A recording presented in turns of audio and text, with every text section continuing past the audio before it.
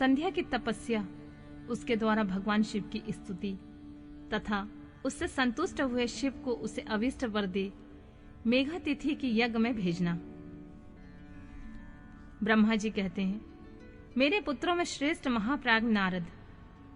तपस्या के नियम का उपदेश जब वशिष्ठ जी अपने घर चले गए, तब के उस विधान को समझकर संध्या मन ही मन बड़ी प्रसन्न हुई।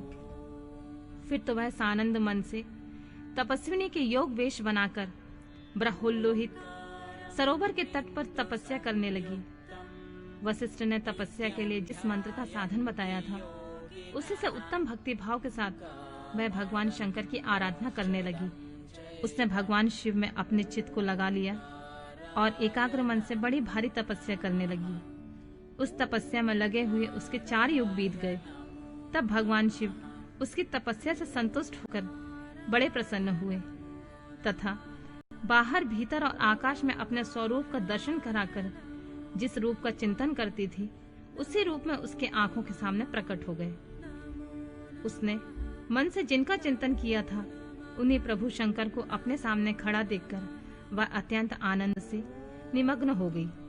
भगवान का मुखारविंद बड़ा प्रसन्न दिखाई देता था। उसके स्वरूप से शांति बरस रही थी। वह सहसा भयभीत होकर सोचने लगी, मैं भगवान हर से क्या कहूं, किस तरह उनकी स्तुति करूं। इसे चिंता में पड़कर उसने अपने दोनों नेत्र बंद कर लिए। नेत्र बंद कर लेने के पश्चात भगवान शिव ने उसके हृदय में प्रवेश करके उसे दिव्य ज्ञान दिया, दिव्य वाणी और दिव्य दृष्टि प्रदान की। जब उसे दिव्य ज्ञान, दिव्य दृष्टि और दिव्य वाणी प्राप्त हो गई, तब वह कठिनाइयों से ज्ञात होने वाले जगदीश्वर शिव को प्रत्यक्ष देखकर उनकी स्तुति करने लगी और बोली, जो निराकार और परम ज्ञान गम्य है, जो न स्थूल है, न सूक्ष्म है और न उच्च ही है, तथा जिनके स्वरूप का योगी जन अपने हृदय के भीतर चिंतन करते हैं, उन्हीं लोकस्त्रा आप भगवान शिव को नमस्कार है। जिन्हें सर्व कहते हैं, जो शांत स्वरूप, निर्मल, निर्विकार और ज्ञान गम्य है, जो अपने ही प्रकाश में स्थित और प्रकाशित होते हैं, जिनमें विकार का अत्यंत अभाव है, जो आकाश मार्ग की भांति निर्गुण निराकार बताए गए हैं, जिनका रूप अंधकारमय मार्ग से सर्वथा परे है। उन नित्य प्रसन्न आप भगवान शिव को मैं प्रणाम करती हूँ, जिनका एक रूप शुद्ध बिना माया के प्रकाशमान, सच्चिदानंदमय, सहज निर्विकार, नित्यानंदमय, सत्य, ऐश्वर्य से युक्त, प्रसन्न तथा लक्ष्मी जी को देने वाला है। उन आप भगवान शिव को नमस्कार है, जिनके स्वरूप के ज्ञान रूप से ही वो भावना की जाती है, जो इस जगत में सर्वथा भिन्न है एवं सत प्रधान, ध्यान के योग, आत्मस्वरूप सारभूत, सबको पार लगाने वाला तथा पवित्र वस्तुओं में भी परम पवित्र है।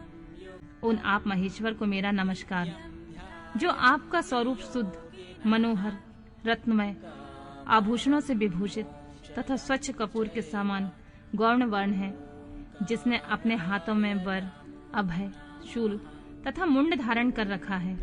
उस दिव्य चिन्मय सगुण आकार विग्रह से सुशोभित आप योगा युक्त भगवान शिव को नमस्कार है। आकाश, पृथ्वी, दिशाएं, जल, तेज तथा काल, ये जिनके रूप हैं, उन आप परमेश्वर को नमस्कार। प्रधान और पुरुष जिनके शरीर से प्रकट हुए हैं, अर्थात वे दोनों जिनके शरीर हैं, इसलिए जिनका यथार्थ रूप अव्यक्त है, उन भगवान शंकर को बारंबार नमस्कार, जो ब्रह्मा होकर जगत की सृष्टि करते हैं, जो विष्णु होकर संसार का पालन करते हैं तथा जो रुद्र होकर अंत में सृष्टि का संहार करते हैं। उन्हें आप भगवान सदाशिव को बारंबार नमस्कार, जो कारण के भी कारण है, दिव्य अमृत रूप ज्ञान तथा अनिमा एवं ऐश्वर्य प्रदान करने वाले हैं, उन समस्त लोकांतरों को वैभव देने वाले हैं, स्वयं प्रकाश रूप हैं और प्रकृति से परे हैं। उन परमेश्वर शिव को नमस्कार, नमस्कार। यह जगत जिनसे भिन्न नहीं कहा जाता, जिनके चरणों से पृथ्वी तथा अन्य अंगों से संपूर्ण दिशाएं, सूर्य, चंद्रमा, कामदेव एवं अन्य देवता प्रकट हुए हैं और जिनकी नाभि से अंतरिक्ष का आविर्भाव हुआ है, उन्हीं आप भगवान शंभु का मेरा नमस्कार है। प्रभु, आप ही सबके उत्कृष्ट परमात्मा हैं, आप ही नाना प्रकार की विद्याएं हैं, आप ही हर और आप ही सद्ब्रह्म परब्रह्म है। आप सदा से विचार में तत्पर रहते हैं, जिनका ना आदि है, ना मध्य है और ना अंत है, जिनसे सारा जगत उत्पन्न हुआ है तथा जो मन तथा वाणी का विषय नहीं है। उन महादेव जी की स्तुति मैं कैसे कर सकूंगी? ब्रह्मा आदि देवता और तपस्या के धनी मुनि भी जिनके रूपों का वर्णन नहीं कर सकते, उन्हीं परमेश्वर का वर्णन अथवा स्तवन मैं कैसे कर सकूंगी? प्रभु, आप निर्गुण हैं। मैं मूढ़ स्त्री आपके गुणों को कैसे जान सकती हूँ? आपका रूप तो ऐसा है जिसे इंद्र सहित संपूर्ण देवता और असुर भी नहीं जानते हैं। महेश्वर, आपको नमस्कार है। तपोमय, आपको प्रणाम है। देवेश्वर शंभु, मुझ पर प्रसन्न होइए, आपको मेरा बारंबार प्रणाम है। ब्रह्मा जी कहते हैं, नारद, संध्या का यह स्तुतिपूर्ण वचन सुनकर उनके द्वारा भले भांति प्रशंसित हुए भक्त वत्सल भगवान परमेश्वर शंकर बहुत प्रसन्न हुए। उनका शरीर वकल एवं मृग चर्म से ढका हुआ था। मस्तक पर पवित्र जटाजूट शोभा पा रहे थे। उसी समय पाले के मारे हुए कमल के समान उनके कुम्हलाए हुए मुख को देखकर भगवान हर दया से द्रवित हो उनसे इस प्रकार बोले, भद्रे, मैं तुम्हारी इस उत्तम तपस्या से बहुत प्रसन्न हूँ। शुद्ध बुद्धि वाली देवी, तुम्हारे इस स्तवन से मैं मुझे बड़ा संतोष प्राप्त हुआ है। अतः इस समय तुम अपनी इच्छा के अनुसार कोई वर मांगो। जिस वर से तुम्हें प्रयोजन हो तथा तुम्हारे मन में हो, मैं उसे अवश्य पूर्ण करूंगा। तुम्हारा कल्याण हो। मैं तुम्हारे व्रत नियम से बहुत प्रसन्न हूँ।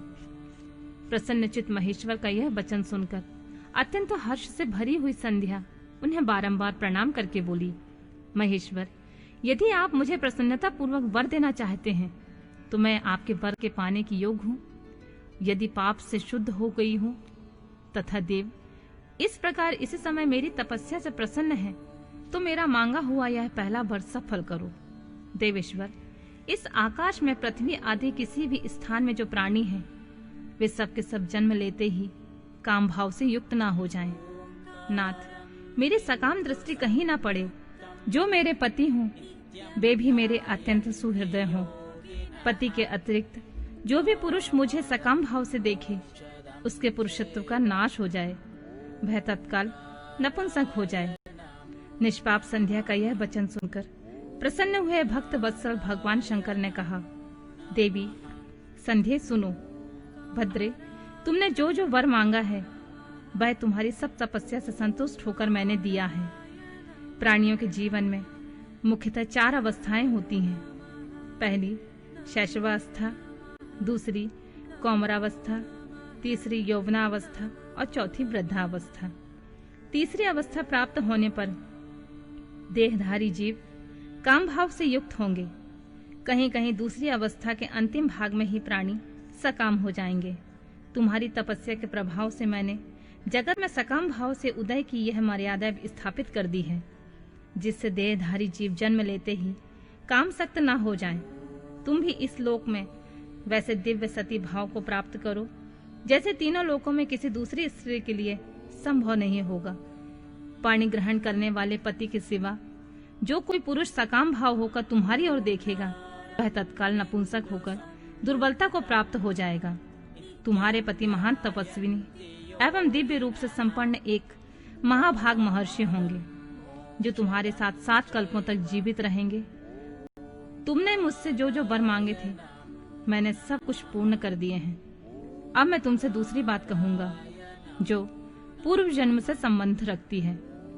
तुमने पहले से ही यह प्रतिज्ञा कर रखी है कि मैं अग्नि में अपने शरीर को त्याग दूंगी। उसकी प्रतिज्ञा को सफल करने के लिए मैं तुम्हें एक उपाय बताता हूँ, उसे निसंदेह करो। मुनिवर, मेघातिथि का एक यज्ञ चल रहा है जो 12 वर्षों तक चालू रहेगा। उसमें अग्नि पूर्णतः प्रज्वलित है। तुम बिना विलंब किए उस अग्नि में अपने शरीर का उत्सर्ग कर दो। इसी पर्वत की उपत्यकाल में चंद्रभागा नदी के तट पर तापसा आश्रम में से मुनिवर मेघातिथि यज्ञ का अनुष्ठान करते हैं। तुम स्वच्छंदता पूर्वक वहां जाओ। मुनि तुम्हें वहां नहीं देख सकेंगे। मेरी कृपा से तुम मुनि की अग्नि में प्रकट हुई पुत्री हो जाओगी। तुम्हारे मन में जिस किसी स्वामी को प्राप्त करने की इच्छा हो, उसे हृदय में धारण करके उसी का चिंतन करते हुए तुम अपने शरीर को उस यज्ञ की अग्नि में होम दो। संध्या, जब तुम इस पर्वत पर 4 युगों तक के लिए कठोर तपस्या कर रही थी, उन्हीं दिनों इस चतुर्युगी के सतयुग बीत जाने पर त्रेता के प्रथम भाग में प्रजापति दक्ष की बहुत सी कन्याएं हुई। उन्होंने अपनी इन सुशीला कन्याओं का यथायोग वरों के साथ विवाह कर दिया। उसमें से 27 कन्याओं का विवाह उन्होंने चंद्रमा के साथ किया। चंद्रमा अन्य सब पत्नियों को छोड़कर केवल रोहिणी से प्रेम करने लगी। इसी कारण क्रोध से भरे हुए दक्ष ने जब चंद्रमा को शाप दे दिया, समस्त देवता तुम्हारे पास आए, परंतु संध्या, तुम्हारा मन तो मुझ में लगा हुआ था, अतः तुमने ब्रह्मा जी के साथ आए हुए उन देवताओं पर दृष्टिपात नहीं किया। तब ब्रह्मा जी ने आकाश की ओर देखकर और पुनः चंद्रमा को स्वरूप प्राप्त करें यह उद्देश्य मन में रखकर उन्हें शाप से छुड़ाने के लिए एक नदी की सृष्टि की, जो चंद्रभागा नदी के नाम से विख्यात हुई। चंद्रभागा के प्रादुर्भाव काल में ही महर्षि मेघातिथि यहाँ उपस्थित हुए थे। तपस्या के द्वारा उनकी समानता करने वाला कोई दूसरा नहीं हुआ, ना है ना होगा।